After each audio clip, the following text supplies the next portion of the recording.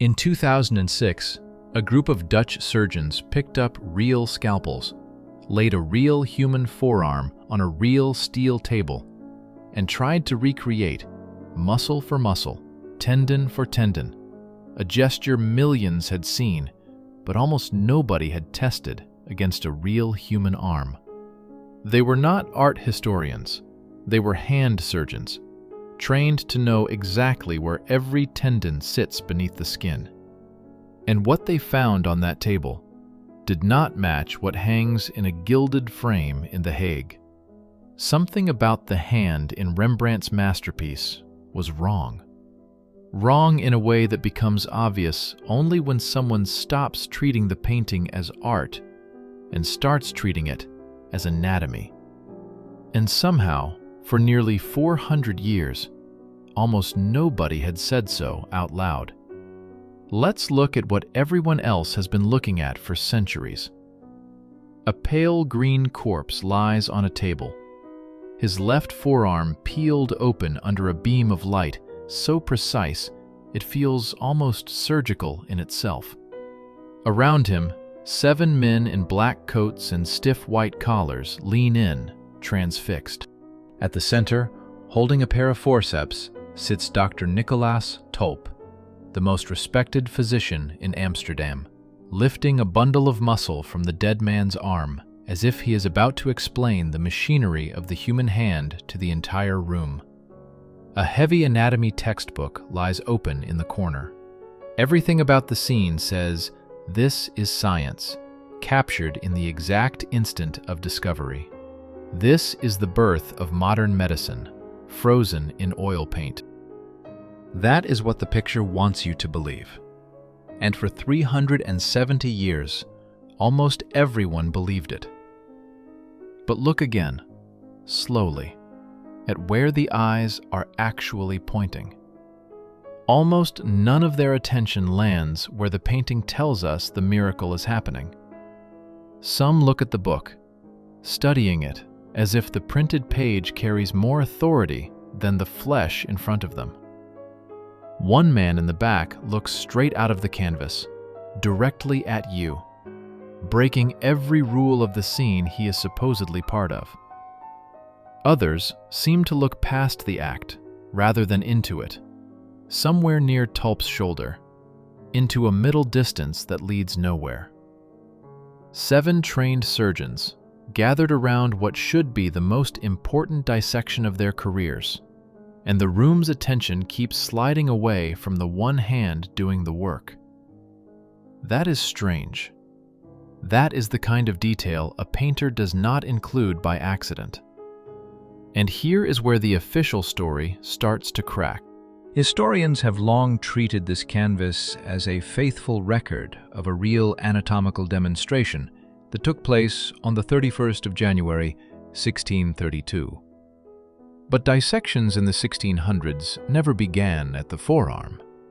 Tissue rotted fast, long before refrigeration existed, so surgeons always cut into the abdomen first, then the chest, then finally the brain, racing against decay. Starting with a limb, the slowest part of the body to spoil, breaks every practical rule of the era. Which means the single most reproduced image of a real dissection in art history is not really depicting a real dissection at all. It is a constructed scene, built for effect, not for accuracy. So why the arm? The answer sits inside another book, one that predates this painting by nearly a century. Andreas Vesalius, the father of modern anatomy, whose 16th century masterwork opens with an engraving of the author himself, dissecting precisely this limb. Tulp is quoting that image. He is positioning himself as the Vesalius of Amsterdam, borrowing the authority of the most famous anatomist who ever lived and wrapping it around his own reputation. It is, in a sense, 17th century branding, a carefully staged photograph 4 centuries before the camera existed. That explanation is comfortable. It gives everyone in the room a role, and gives Rembrandt an excuse. But the arm is not the only place where the painting refuses to stay clean. Look at the position of the thumb on that dissected limb.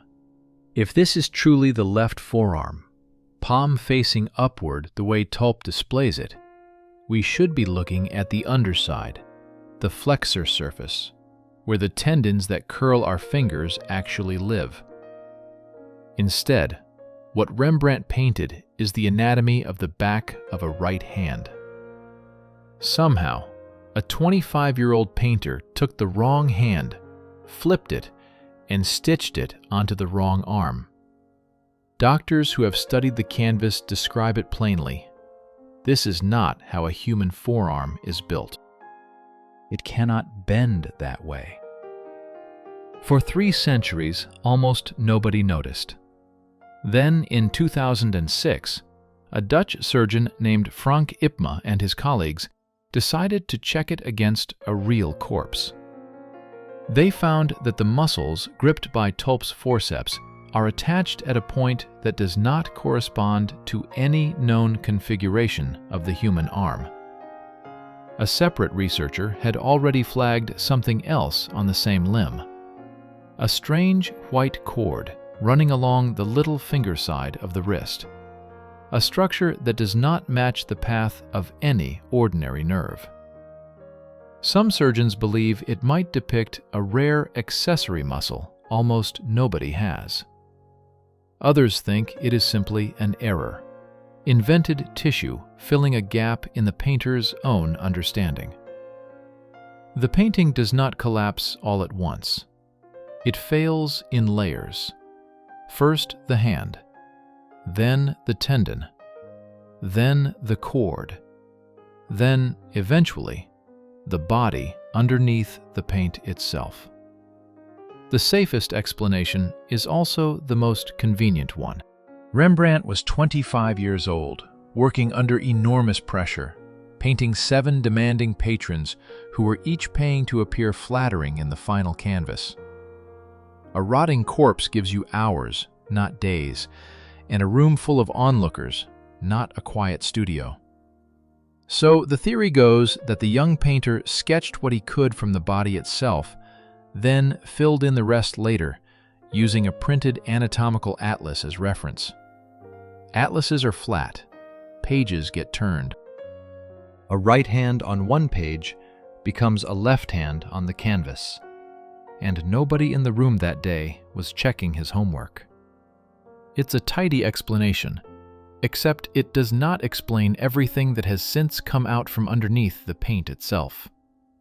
Modern museums do not just look at paintings anymore. They look through them, with infrared light and with X-rays that see past the visible surface into the layers below. And when conservators pointed that technology at this canvas, they found something the guild who commissioned it never intended anyone to see.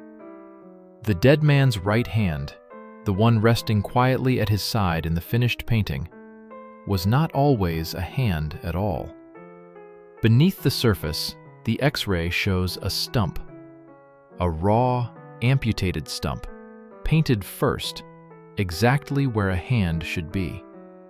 The painting no longer shows only a lesson in anatomy. It shows an edit. That fact rewrites the corpse on the table. His name was Eris Kint, though that was likely a nickname. His real name may have been Adrian Adriansson. He was 28 years old, hanged for stealing a coat using force. On the same morning, his body was carried into that theater. Thieves in the Dutch Republic did not simply lose their lives to the gallows. Their punishing hand, the one that had done the stealing, was often struck off by the executioner first. The surgeons around him got collars, names, rank, posture, light. Aris Kint got a nickname, a crime, and a body part. Rembrandt appears to have painted that mutilation exactly as he saw it, in front of him, on the table.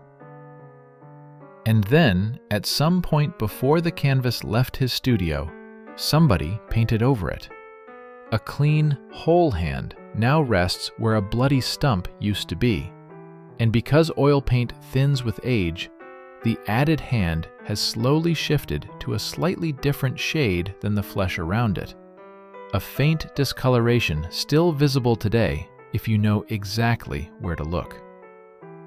The polite version is that somebody merely wanted the portrait to look respectable, that a Guildhall commission was no place for a criminal's punishment on public display. The decision is stranger the longer you look at what they did allow to remain. The men who commissioned this painting were comfortable looking at a corpse's face frozen in a death rictus, comfortable with an anatomically confused arm they may never have questioned, and yet they insisted the evidence of judicial punishment be erased. What they wanted was not the truth of Eris Kint's body. They wanted the idea of a body, sanitized just enough to remain respectable while still projecting their intellectual authority over it. After that, the portrait stops behaving like a record and starts behaving like a negotiation. There is no blood anywhere on this table. No knives, no saws, no basins. Nothing but a single pair of forceps in Tulp's hand. There is no assistant either, though real dissections always required one, a low-ranking preparator who did the actual cutting while the lecturer merely pointed with a stick. That man has been erased completely, as if the whole bloody business simply performed itself. And by the time a real anatomical lesson reached the arm, the room would already have passed through the abdomen, the chest, the smell, the fluids, the parts of the body no patron wanted immortalized above a fireplace. This picture skips straight past all of it, straight to the cleanest, driest, most dignified stretch of tissue on the whole body, and calls that the procedure. Notice the light while we're here, because it is doing something almost nobody in that Guildhall would have expected from a corporate portrait. Rembrandt drenches the corpse in the brightest light in the entire composition, a cold, greenish-white glow that seems to bounce back up onto the faces bending over it, as though the dead man himself has become the room's only lamp. Compare that to his own face, half swallowed by shadow, features barely visible, while every living man around him is lit clearly enough to be recognized by name. Painters call that shadow umbra mortis, the shadow of death, and it does exactly what its name promises. It erases identity from the one person in the room who no longer has any use for his own. I keep coming back to one thought, and it isn't in any of the academic literature I've read on this painting. It feels almost as if Rembrandt built an entire, elaborate performance of good taste around one honest fragment of violence that he simply couldn't bring himself to paint over convincingly enough to fully disappear. The stump is gone from the surface. It is not gone from the canvas. There is a second hidden layer worth pausing on, because it connects to this same instinct toward quiet revision. The tallest man in the composition, standing at the very back, once wore a hat of his own, a mark of status in a room where headwear signaled rank. Rembrandt painted over it too, leaving only a faint shadow where the brim used to be. Historians believe Tulp himself insisted on the change, so that he alone would remain the one man in the room wearing a hat, the one figure whose authority could not be mistaken. A private argument fought entirely in paint over who was allowed to look important. Whether that reading is completely fair to Tulp, I'm honestly not sure. But the pattern of controlled appearances, arranged so carefully around this table, is difficult to ignore once you've traced it once. Stand in front of the actual canvas, and the trick becomes physical. It is almost 2 meters wide. The men do not feel like illustrations anymore. They feel like people occupying the room with you. Aris Kint, who owned almost nothing when he died, suddenly occupies more wall space than most kings ever did in their own portraits. 7 patrons paid for the privilege of standing beside him forever, somewhere between 1,000 and 1,600 guilders in total, with Tulp, the star of the show, reportedly paying double what the others did. 2 centuries later, when the guild that owned this picture nearly lost it to a bankruptcy auction, the King of the Netherlands stepped in personally and paid 32,000 guilders to keep this executed thief's body inside the nation. A man who could not afford to keep his own hand had become, on canvas, worth more than most of the room combined. Which brings us to the question nobody in that room in 1632 was thinking about, and the question this painting keeps refusing to answer for us across 4 centuries. Is this a celebration of science, or a quiet confession about its blindness? The German writer W.G. Sebald became almost obsessed with this canvas late in the 20th century, arguing that these physicians never really look at the man in front of them at all. They look at a book. They look past him, into theory, into abstraction, anywhere except the actual human being who used to have a name, a life, a hand that once reached for something he shouldn't have taken. Mainstream art history still leans toward the celebratory reading, a young genius, honoring Vesalius, elevating a guild's reputation, announcing his own arrival in Amsterdam high society. Even the signature behaves like that announcement. For the first time, Rembrandt does not hide behind initials. He writes out his full name across the canvas, as if the painting were not only Tulp's performance, but his own entrance into the city. That reading isn't wrong exactly, but it isn't the whole picture either. And the longer you sit with the light, the erased hat, the repainted hand, the harder it becomes to fully separate the science from the theater surrounding it.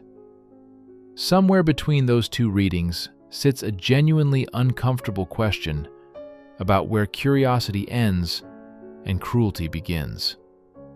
At what point does a person, even a convicted thief, stop being a person and start being material? A diagram, a prop for somebody else's reputation.